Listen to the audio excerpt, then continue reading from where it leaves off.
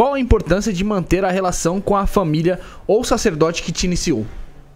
Como assim? Não sei se eu entendi a pergunta dela. Ela quer saber qual que é a importância de manter a relação com a família ou com o sacerdote que te iniciou. Tipo assim, você foi iniciada com X pessoa lá e tipo, no caminhar do tempo você não tem mais contato com aquela pessoa, ou teve algum problema no meio do caminho. Qual que é a importância disso na sua caminhada ali espiritual, o que for?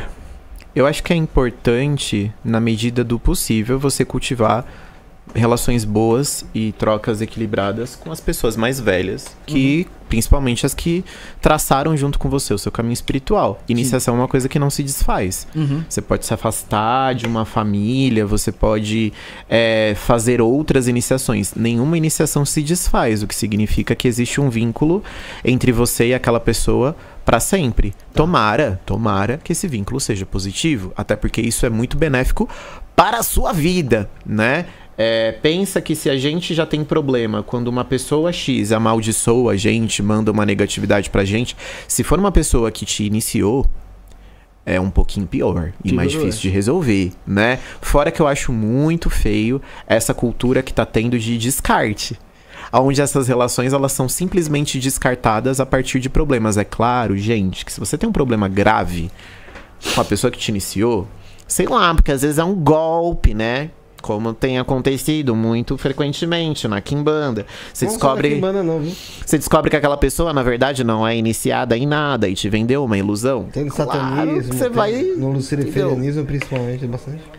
Fora, sei lá, problemas graves. Tem gente que é assediada pelo seu iniciador. É verdade. Entendeu? É claro que você vai romper. E que bom que você pode romper e mandar aquela pessoa pra casa do querélio, né? Mas, no possível, sempre que possível, eu acho importante a gente cultivar boas relações, sim, mesmo que a gente não caminhe junto. Por exemplo, o Mameto Manoeli da Pombagira Menina, uma pessoa muito querida, que eu torço muito por ela, eu tenho certeza que ela também torce muito por mim, mas a gente não tá mais junto e mantém um bom vínculo, né?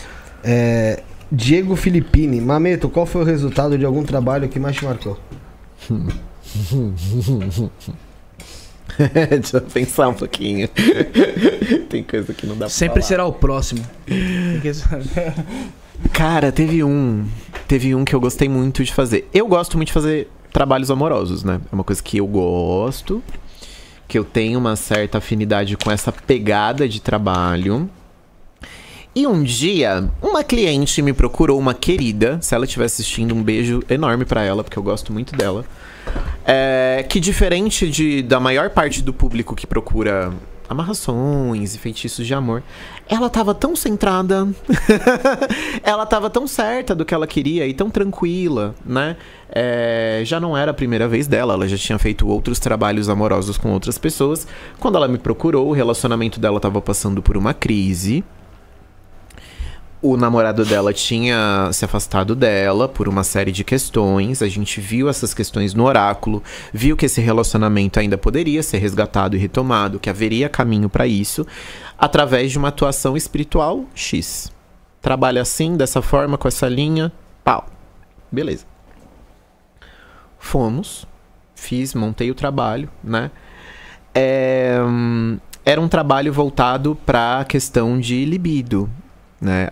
Quando a gente trabalha com feitiços amorosos, seja amarração, seja adoçamento, enfim, todos os feitiços, dominação sexual, enfim, todos esses feitiços dentro dessa área dos relacionamentos, a gente sempre procura entender qual que é o melhor caminho de atuação para unir aquelas pessoas, né? No caso dela, era a vida sexual do casal, né?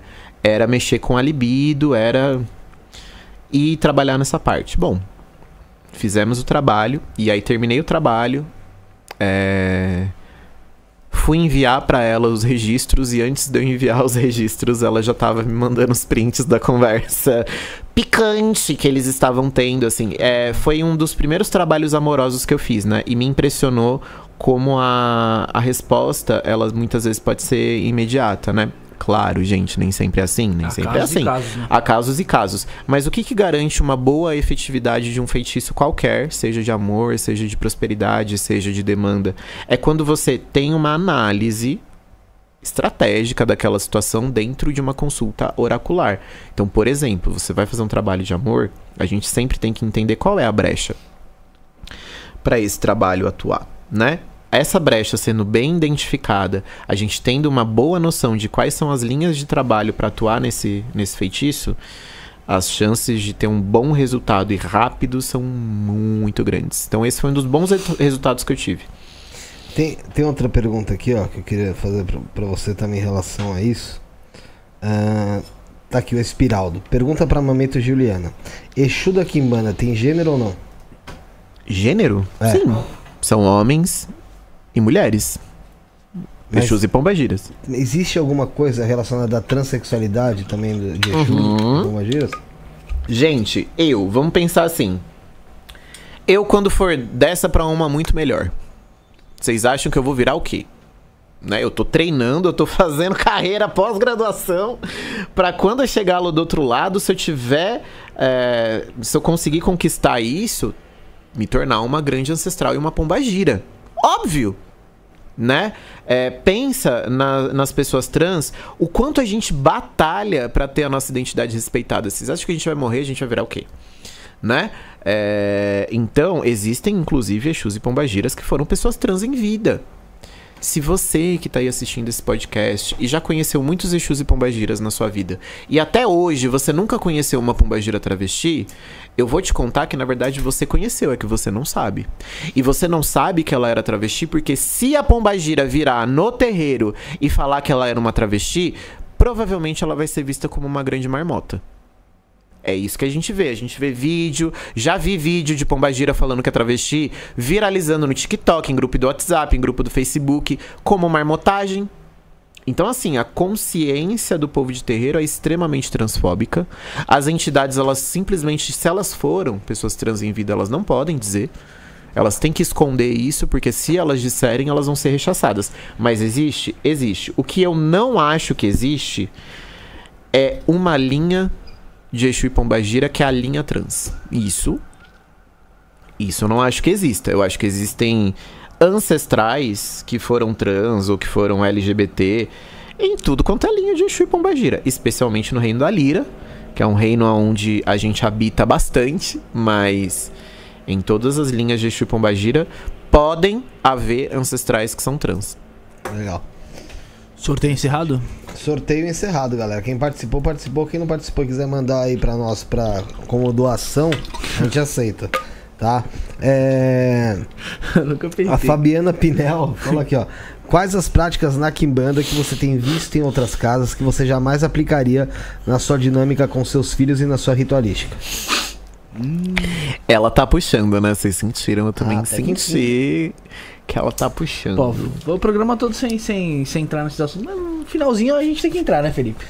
Tem, né? Tem que entrar. O pessoal tem que entender a gente. Eu gosto da polêmica, né, cara?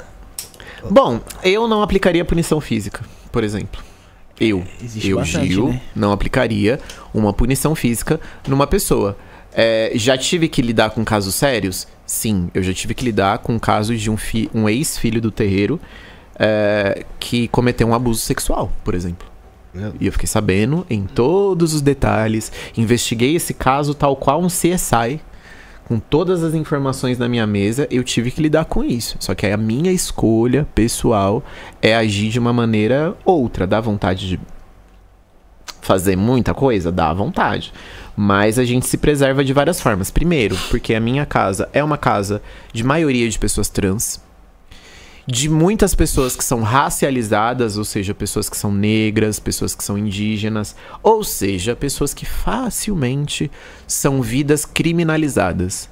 Se a gente começa a aplicar punições e castigos físicos nas pessoas, para isso virar uma denúncia policial, é 2 palitos. Então, por uma questão de preservação, eu faço escolha pessoal de que na minha tradição não existe algo que acontece em outras casas que são diferentes tipos de punição física. Também porque eu acho que, a depender do contexto como o nosso, isso não é necessário. As pessoas conseguem aprender e aprender de maneira responsável de outras formas, né, gente? Eu acho que eu, pelo menos, tenho essa visão. Então, punições físicas, por exemplo, é uma coisa que não acontece na minha Quimbanda e acontece em outras. Também não realizo, por exemplo, sacrifício de animais domésticos. Na minha quimbanda não existe sacrifício de gato. Gatinho. Não existe sacrifício de cachorro. Já cansei de ver gente da quimbanda que faz isso. Eu, na minha casa, na minha tradição, na quimbanda de almas, isso não existe.